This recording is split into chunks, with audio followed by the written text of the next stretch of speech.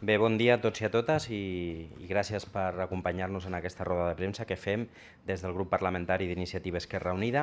Avui us volíem explicar i us volíem parlar sobre la situació que per nosaltres, per a la coalició, ha estat malauradament notícia aquest cap de setmana, que és quan, després de conèixer l'informe que Fiscalia va emetre sobre la situació de Convergència Democràtica de Catalunya. En aquell moment, quan vam conèixer la notícia, tant Esquerra Unida i Alternativa com Iniciativa per Catalunya ja vam demanar al president que havia d'explicar aquesta situació. Avui segurament ja no només valen explicacions, sinó el president hauria d'haver donat un pas més. En aquest aspecte, des de la coalició, des d'Iniciativa i Esquerra Unida, treballarem activament i buscarem que es garanteixi la independència en tot aquest procés d'investigació.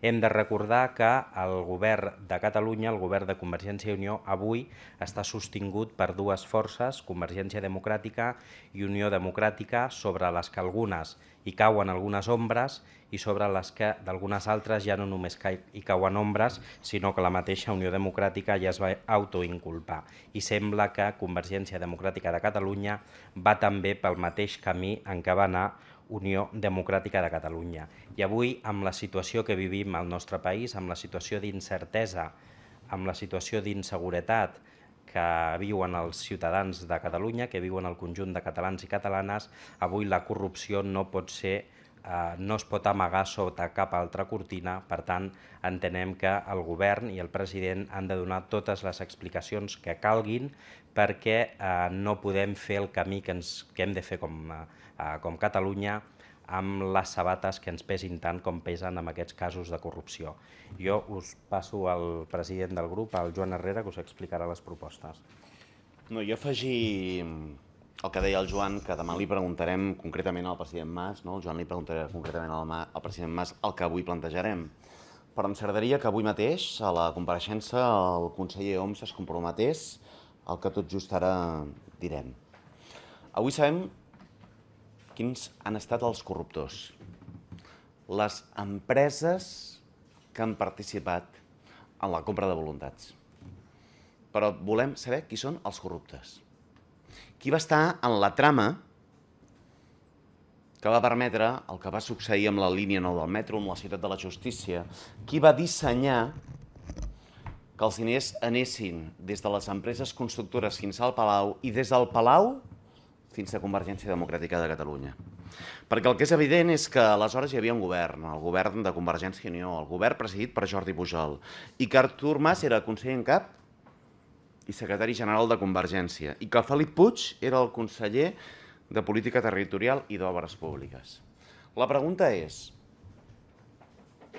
es pot realitzar una trama d'aquestes característiques en la que empreses que fan obra pública porten els diners fins al Palau i del Palau es va a Convergència Democràtica sense que el president, el conseller en cap o el conseller de Política Territorial i Obres Públiques no ho sabessin? I en tot cas, poden determinar qui és qui va organitzar la trama? Aquesta és la primera demanda que plantegem, una demanda que exigeix explicacions, assumpció de responsabilitats i determinar qui va ser la persona que va organitzar una trama per saber, per determinar on van anar els més de 6 milions de comissions il·legals, per determinar l'import dels danys i perjudicis ocasionats a la Generalitat i, sobretot, per identificar els responsables, no només els corruptors, sinó els corruptes. Aquesta és una demanda, òbviament, que li fem al jutge instructor, però aquesta és una demanda que li exigim al president de la Generalitat. Per tant, que la compareixença que hem registrat serveixi perquè les explicacions que mai ha donat arribin. Segona petició. Demanem una auditoria externa per determinar el sobrecost de les obres que es van assignar a diferents empreses, entre elles Ferrovial, i que van suposar un sobrecost pel conjunt de les administracions. El problema no és només els 6 milions d'euros que hem pagat entre tots. El problema és que aquestes obres assignades a determinades empreses perquè han pagat determinades comissions van suposar un sobrecost extraordinari. Aquells que parlen de l'herència rebuda són els causants del sobrecost de determinades obres simplement perquè es van pagar comissions per atorgar determinades obres a empreses que no feien la millor de les ofertes. I per tant nosaltres li exigim al govern no només que vingui a comparèixer, sinó que digui sí o que digui no a la petició d'una auditoria externa per determinar el sobrecost d'aquelles obres que van ser assignades pel pagament de comissions. I per tant demà li preguntarem al president Mas si sí o si no. Si està d'acord amb que hi hagi una auditoria externa per determinar el sobrecost de les obres o si en canvi continua amagant el cap sota l'ala entenent que no ha de donar cap explicació. Tercera petició. Exigim a Convergència i Unió que mitjançant el govern de la Generalitat no continuï dirigint la defensa dels interessos de la Generalitat com a acusació particular i part perjudicada en el cas Palau. Convergència i Unió, el partit, la federació que lidera el govern de la Generalitat, no està defensant els interessos de la Generalitat. O com a mínim no ho està fent en el cas Palau, d'una forma clara i evident. Hi ha incompatibilitat per part del govern presidit per Artur Mas per defensar els interessos de la Generalitat en el cas Palau. Perquè són jutge i part, pitjor encara, perquè són part acusada i per tant no tenen l'autoritat per defensar els interessos de la Generalitat.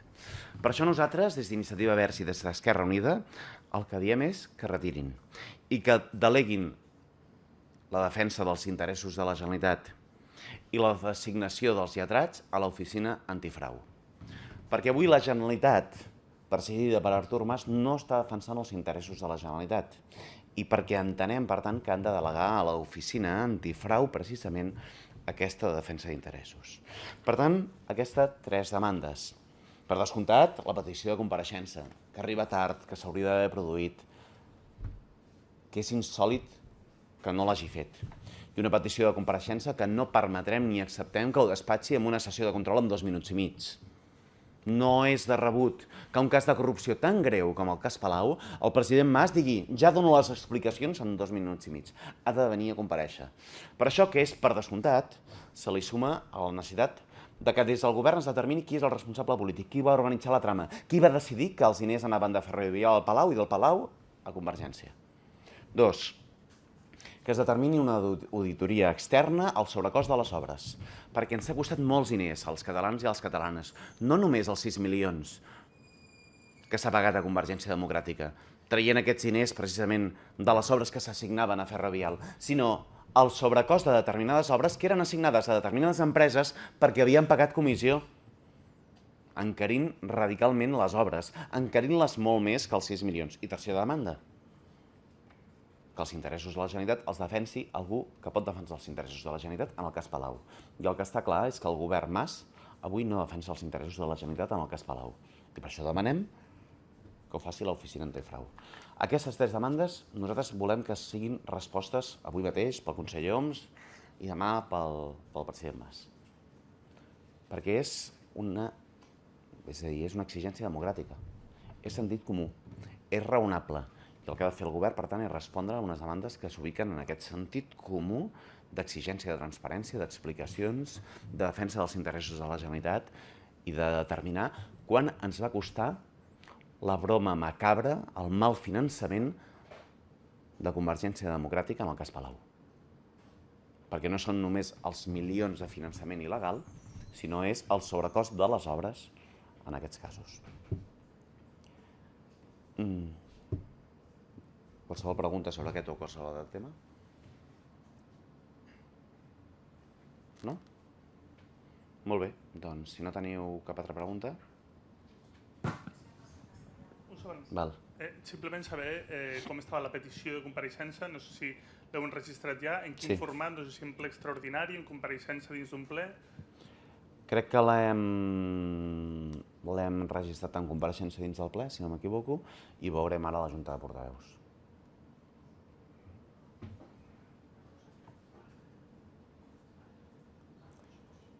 Què més? Sí, perdó, m'he confós. La veurem la setmana vinent a la Junta de Portaveus perquè aquesta no n'hi ha, sí. Es descarta per aquest ple perquè no hi ha la Junta. Per tant, esperem que en el següent es pugui produir. La nostra pregunta a la sessió de control anirà dirigida sobre aquest tema. Tractarem potser algun altre tema. De fet, fem altres preguntes al govern, però la pregunta al president se centrarà, no només potser, ho hem d'acabar de valorar, però se centrarà molt en aquest tema, sí.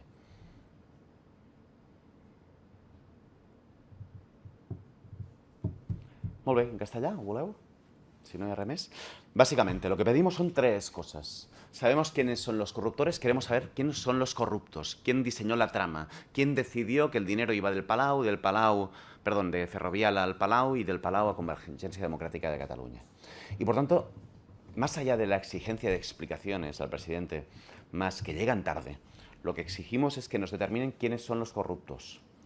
Porque lo que está claro es que era una Generalitat presidida por Jordi Pujol, que tenía como conseller en cap a Artur Mas y como consejero de Política Territorial y Obras Públicas a Felip Puig. Y por tanto, que nos digan quiénes son los corruptos. 2. Queremos una auditoría externa para saber los sobrecostes. ¿Cuánto costó de más la obra de la línea 9 del metro o de la Ciudad de la Justicia? Porque el problema no son solo los 6 millones de comisiones ilegales que recibe Convergencia Democrática. El problema es que estos 6 millones se le suman al sobrecoste de las obras que se asignaron a una empresa porque daba comisiones, no porque tenía la mejor oferta. Y esto significó una obra mucho más cara que hemos pagado entre todos. Tercera demanda, que no defiendan los intereses de la Generalitat, porque hay incompatibilidad, porque no defienden los intereses de la Generalitat. Y por tanto, lo que pedimos es que la defensa, que la designación de letrados, la haga la Oficina Antifraude.